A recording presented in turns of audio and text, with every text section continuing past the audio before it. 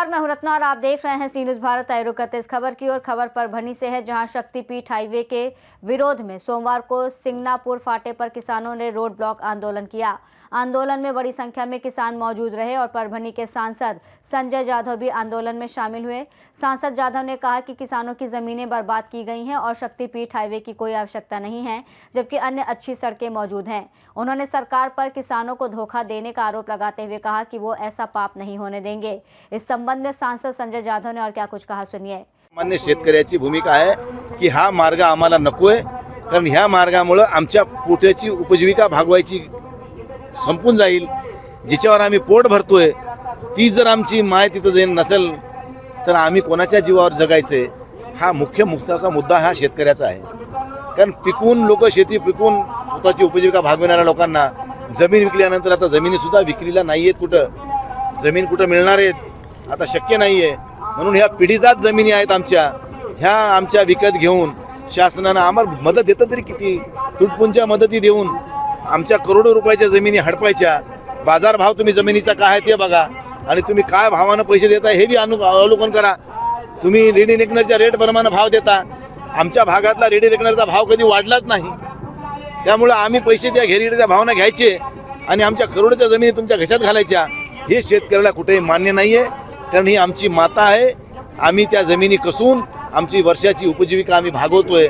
आमच्या उपजीविका आम्ही वाऱ्यावर सोडून आम्ही आमच्या जमिनी तुम्हाला देणार नाही, ही वस्तुस्थिती आहे। नेमकं सरकार का शक्तिपीठ महामार्ग करण्याचा अट्टहास करते? सरकार नेमकं शक्तिपीठ महामार्ग करण्याचा अट्टहास म्हणजे अदानी अंबानीला जगवण्यासाठी। आत्ताच या ठिकाणी सांगितलं की बाबा अंबानी अदानीचं गौण खनिज हे सप्लाय करायचं मोठं त्याचं टेंडर आहे नागपूरकडून सुरू, ते त्यांना आता म्हणून तुम्हाला की कोल्हापूर मार्गे गोव्याच्या पलीकडे तुम्हाला बाहेर ते पोचवायचं। त्यामुळे हे सगळे त्यांचे घरं भरायसाठी अदानी अंबानीला पोसायसाठी सर्वसामान्य शेतकऱ्याचा बळी द्यायचं धोरण हे सरकार राबवते। एकीकडे म्हणते आम्ही शेतकऱ्याचे कैवारी, शेतकऱ्याचं उत्पन्न दुप्पट करू। अरे शेतकऱ्याचं उत्पन्न दुप्पट झालं नाही, शेतकऱ्याचा कैवारी तर झाला नाही, शेतकऱ्याचा वैरी मात्र झाला आणि शेतकऱ्याच्या जमिनी मोजणी करून त्या अंबानीच्या अदानीच्या घशामध्ये घालण्याचं पाप हे सरकार करते। अरे शेवटी नियतीला सगळ्या गोष्टी मान्य आहेत, पण हाती तिथं माती। या सरकारचं जरा अति झाले असं वाटत नाही का तुम्हाला?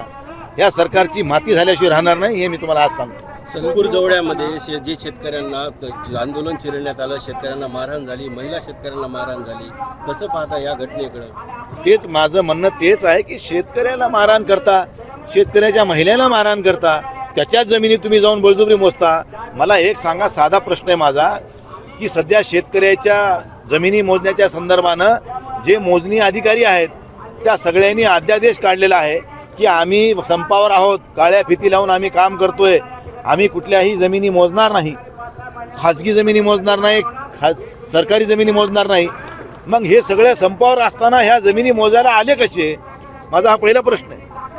आणि आल्यानंतर ह्या ठिकाणचे जे तुमचे तहसीलदार, नायब तहसीलदार, इथले पोलीस अधिकारी ज्या पद्धतीने ह्या ससपूर जवळ्यामध्ये त्यांनी महिलांशी पुरुषांशी गैरवर्तणूक केली आहे, अगोदर ह्या लोकांवर निलंबनाची कारवाई करावी आणि नंतर पुढची प्रक्रिया सुरू करावी। तोपर्यंत आम्ही गप्प बसणार नाही, आपल्याला सांगतो। पालकमंत्र्यांनी प्रसिद्धी पत्रक काढलं आणि म्हणलं की काही राजकीय नेते जे आहेत ते शेतकऱ्यांची दिशाभूल करत आहेत। कोणाची दिशाभूल करते? मी शेतकऱ्यांनी म्हणून द्या मी दिशाभूल करतोय, मी 2 मिनिटात माघार घेतो। नाही तर तुम्ही राजीनामा देता का म्हणावं, जर तुम्ही शेतकऱ्याच्या हिताचं करीत असाल तर?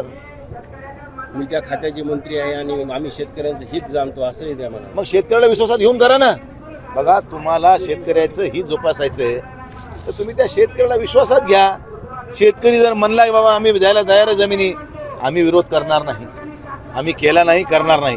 परंतु शेतकऱ्याला दमदाटी करून, मुस्कटदाबी करून, म्हणजे निजामाच्या काळामध्ये जी रजाकारी होती मराठवाड्यात, त्या रजाकारीला सुद्धा लाजवल अशा प्रकारचं कृत्य पोलीस प्रशासनाने, महसूल प्रशासनाने ह्या ठिकाणी ससपूर जवळ्यामध्ये केलं आहे। त्याचा जाब मुख्यमंत्र्यांनी ह्या लोकांना विचारावा आणि जे लोक दोषी आहेत अधिकारी त्यांच्यावर निलंबनाची कारवाई झाली पाहिजे, ही मुख्य मागणी आहे। पालकमंत्र्यांना मंत्रिपदापुढे जिल्हावासियांचं काही देणं घेणं नाही असं वाटतंय का? पालकमंत्र्याला परभणी जिल्ह्यावासियाविषयी काय आहे असं मला वाटत नाही, कारण मेडिकल कॉलेजचं आंदोलन केलं आम्ही तेव्हा त्या म्हणायच्या हे नौटंकी करायला लागलेत, पण आंदोलन झालं, मेडिकल कॉलेज मंजूर झालं, एक सोडून 2, एक गव्हर्नमेंट आणि एक प्रायव्हेट। त्यानंतर मात्र श्रेय घ्यायला मग पालकमंत्री आमच्यामुळंच झालं, तुमच्यामुळं कसं झालं? तुम्ही तर आंदोलन कुठंच नव्हता, परभणीकर सगळे आंदोलनात होते, पण ह्या परभणीकर नव्हत्या. त्यावेळेस म्हणायच्या हे सगळे नौटंकी बहादर आहेत, हे नाटक करायला लागलेत आणि मेडिकल कॉलेज काय होणार नाही, आणि झाल्यावर मिस केलं मग कसं म्हणता. म्हणजे हे इतके लबाड आहेत त्याची आपण कल्पना करू शकणार नाही. आता कालपर्यंत तुम्ही गप्प होतात. ससपूर जवळची घटना घडून आता 3 दिवस झालेत, 4 दिवस झाले, 3 दिवस झाले, 3 दिवस झाले. तिसरा का चौथा, आजचा 3रा दिवस आहे.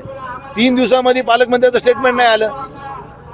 तुम्ही खरेच जर या खात्याच्या मंत्री आहात तर तुमचं काम होतं की जेव्हा ससपूर जवळमध्ये एका भगिनीवर, तुमच्या लाडक्या बहिणीवर, ज्या लाडक्या बहिणीला तुम्ही पैसे दिले, आम्ही पगार देतो म्हणून गवगवा करता, त्या लाडक्या बहिणीच्या अंगावर पोलीस प्रशासनातल्या अधिकाऱ्यांनी हात घातला.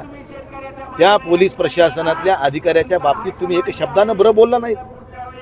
आज राज्यातला शक्तीपीठ महामार्गाचा निर्णय मुख्यमंत्र्यांनी अधिवेशनाच्या काळामध्ये वादविवाद नको म्हणून स्थगिती देऊन, तात्पुरती स्थगिती देऊन त्याला थांबवण्याचं काम केल्याबरोबर तुम्ही म्हणताय की मी स्थगिती दिली, मी स्थगिती मिळवून घेतली. मग ह्या विषयावर तुम्ही 2 दिवसा अगोदर, 3 दिवसा अगोदर घटना घडून तुम्ही एक वाच्यता नाही केली, एक तुम्ही शब्द साधा निषेधसुद्धा केला नाही, त्या बहिणीचं सांत्वनसुद्धा केलं नाही. म्हणजे तुमच्या पोटात एक आहे आणि ओटात एक आहे, हे सगळं ह्या प्रकरणावरून दिसतंय आपल्याला. काही लोक विकासाला आड येत आहेत, काही लोक विकासाला आड येत आहेत. पालकमंत्री म्हणत आहेत आम्ही शेतकऱ्यांना जमिनीचा योग्य मोबदला देऊ. आम्ही ज्यावेळेस मेडिकल कॉलेजचं आंदोलन करीत होतो तेव्हा तुम्ही तर काही आंदोलनात सहभागी झाला नाहीत, पण बाहेर राहून विरोध करत होतात.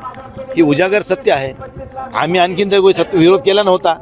शक्तीपीठ महामार्गाला ज्यावेळेस ससपूर जवळमध्ये अत्याचार झाले महिलांवर, पुरुषांवर, त्यावेळेस आम्ही रस्त्यावर उतरलो. तोपर्यंत आम्ही उतरलो नव्हतो. आणि आजही म्हणून सांगतो, शेतकऱ्याचं समाधान करून त्याला अपेक्षित असलेल्या बाजारभावाप्रमाणे तुम्ही जर पैसे देत असताल तर शेतकऱ्याला आम्ही विनंती करू की बाबा आपल्याला बाजारभावापण पैसे मिळत असतील तर आपण पैसे घेऊ आणि शक्तीपीठ महामार्गाला संमती देऊ. ते बी त्यांची संमती असेल तर, शेतकऱ्याची संमती असेल तर आपण ती भूमिका घ्यायला भाग पाडू. परंतु तुम्ही देणार 10 रुपये आणि आमच्या जमिनी मोलकांना 100 रुपयाच्या, हे आम्ही कदापि सहन करणार नाही. महिला मंत्री असेल देखील, त्यांचे पदाधिकारी असतील किंवा नेते असतील, खाजगीमध्ये अशी भूमिका घेत आहेत की हा रस्ता नकोय, परंतु फ्रंट फूटवर येऊन काही बोलत नाहीयेत. फ्रंट फूटवर यायला त्याला तुका म्हणे ते पाहिजे जातीचे येड्या गाबाळ्याचे काम नव्हे. भाजपवाले कधी फ्रंटवर आले? ते बॅकफूटवरच खेळतात, कधी बी पडद्या मागूनच खेळ करतात. समोर यायची त्याच्या दम नाही आहे आणि ते कधी समोर येऊन करू शकणार बी नाही.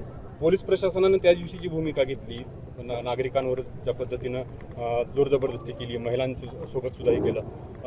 आणि आता तर माहिती अशी मिळाली की त्यांना तसं पत्रही दिलेलं नव्हतं सुरक्षा मागण्याचं. नेमकं पोलिसांनी मग अशा पद्धतीने का त्या ठिकाणी हे केलंय? सांगीव केले त्यांनी. जिल्हाधिकारी, SP दोघांनी, वरच्या कोणी अधिकाऱ्यांचे त्यांना फोन आले असतील आणि त्यांच्या फोनच्या संदेशावरून ह्यांनी खालच्या भूमिका पार पाडल्या.